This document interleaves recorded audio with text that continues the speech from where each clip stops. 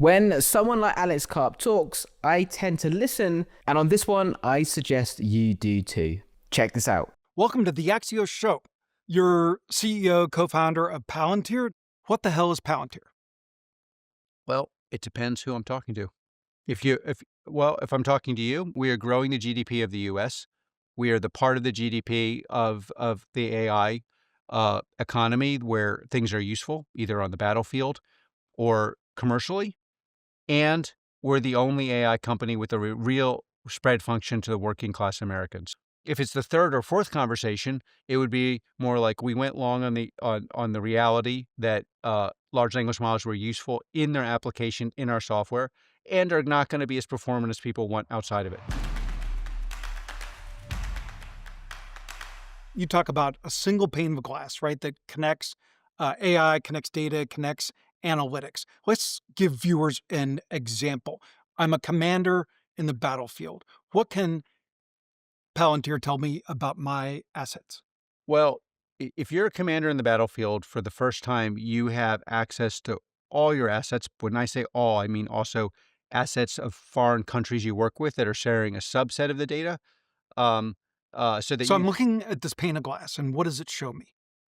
well, it probably at this point is showing, again, it depends what you're doing, but it's probably showing, if you're, say, doing a complex operation, it's showing you where the plane should fly, where the troops should be, where the missiles should go, where they shouldn't go. And again, it's doing this off of data sets that were not available to you last year. It's also be able to predict where you should put your assets. It can and will soon be able to pick up what kind of missiles do you put on what kind of targets. So do you put your really expensive missiles on your really expensive targets? It will at some point, and again, this is one of the most important things that's overlooked, be able to totally orchestrate the supply chain. So what are you building? How are you building it? Where is it be building? And what companies are doing it? Understanding the cost for those companies, which is currently something that's very, very hard for those companies. So there's the kind of sexy, violent part of war, which obviously in this case would mean, honestly, for this commander, what it basically will mean is you will be ahead of your adversary. You'll be able to predict their actions. You'll be able to put the best effectors on the most important targets and the cheaper ones on less important targets, i.e., by the way, honestly, the most important thing Palantir does is prevent war. So you talked about how AI can increase prosperity, both of the individual and of the country. Go dark with me for a second. You are a truth teller. What should we worry about AI? How can it go wrong? Well, it could go wrong in lots of ways. But again, there I would say we need to absorb a lot of risk there because it's either going to go right and wrong for us or it's going to go right and wrong for, for China, which we're in a competition. At the very least, we're in high competition. What about for the individual? No decision is without risk. And the risk we have to absorb here is going long on this because it's not like we're not doing this in a vacuum. We are going to be the dominant player or China's going to be the dominant player. And there will just be very different rules depending on who wins. And we cannot rely on anyone else to do this in our network of allies because Europe has given up on technology. And actually, the Arab and non-Arab Middle East are closest to what you see at AI adoption. But de facto, we are by far the leader of our coalition. So it's like when people are worried about surveillance, it's not, honestly, of course, there are huge dangers there. But, it's like you will have far fewer rights if America's not in the lead. And I'll tell you the other risk that, again, I think it doesn't get enough attention. Again, what portion of the wealth creation is available to the average person? I'm pretty sure we're in our infancy. So in a world where Palantir could grow 10x, what does that mean to the person on the factory floor? How much are their real wages going to grow? Like, and if the answer is, 5% roughly at inflation, can you blame them for not being upset? And so, like, I think the primary risk of AI is social instability. Like the person And on what form will that take? pretty crazy populist movements that obviously make no sense. Like, I mean, I don't know, like, we're going to make, the government is going to run grocery stores. Are you worried about violence, indolence? Um, well, dysfunction and then violence. Like you talk to European leaders and they will literally look you in private and tell you negative GDP isn't a problem because the quality of our revenue is going up. They believe this. This is clearly wrong. It will not work. It's going to lead to violence, indolence. It's going to lead to everything you don't want. And okay, so then the American version is you as builder, a highly educated builder who's asking technical proximate questions are likely to do well. What about everyone here? How well does your camera person do? Yeah, so You- that's a good question. So we've talked about who will benefit from this prosperity, but what occupations, what types of businesses should be freaking the hell out? Okay, let me give you the what you should, again, because I think the actual who should not be freaking out is pretty crazy to most people. The the thing about the commodity nature of LLMs is it commodifies general knowledge. My advice to people around here is, yeah, there's a couple schools you should go to if you get into. Yale's one, Stanford's one. There's some schools you maybe should go to. Otherwise, go to the cheapest school and come to Palantir or just come here. That's my honest advice. So to people like family members, others, evers. So I pick on Yale because it's a crazy strong, especially for humanities. Almost everyone I work with that writes is a Yale grad. So it's a very, very strong school. But like if you are the kind of person that would have gone to Yale, would have kind of classically high IQ, um, and you have generalized knowledge, but it's not specific, you're effed. If, on the other hand, you have specific domain knowledge, like how do I actually bend the metal of the hull on a ship? How do I actually write a script that allows me to target terrorists in Palantir? How do I impute the problem in this complicated device that's going wrong that otherwise would be fixed by a Japanese engineer while being a high school grad? How do I put the cement in a factory with such precision that you can build a factory like it was built in Taiwan in America? How do I uh, how do I do anything with deep, specific, particularly what's considered vocational training?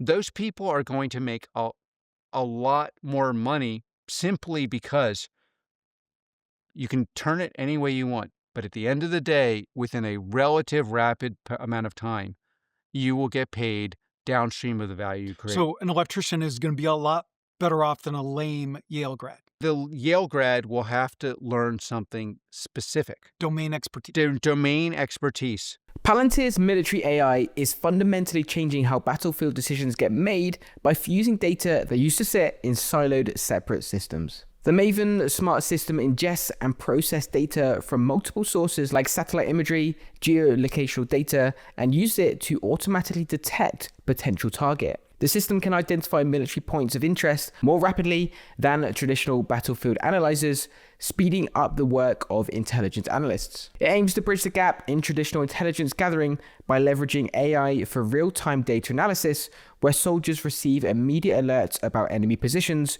the moment they're detected, rather than waiting for lengthy human analysis. What Alex is describing is something similar to a pane of glass, giving visibility across multiple areas, solving a problem the military has struggled with for decades. In the military, you'll find different branches use different systems, allies use different systems. Getting all that data to talk to each other used to take hours or days. By the time intelligence reached the people who need it, the battlefield had already changed.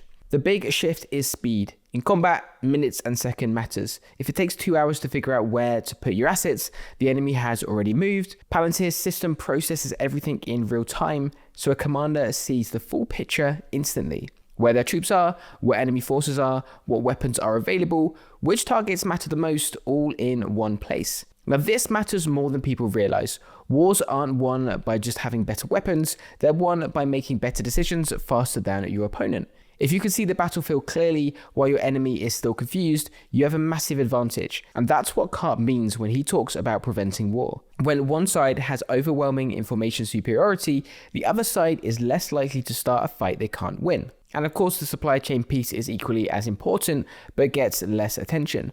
Modern militaries depend on incredibly complex logistics. You need the right missiles on the right planes at the right bases. You need to know which companies are making which parts and how much they will cost. Without good data, this becomes a mess. Palantir's system tracks all of it and optimizes it automatically.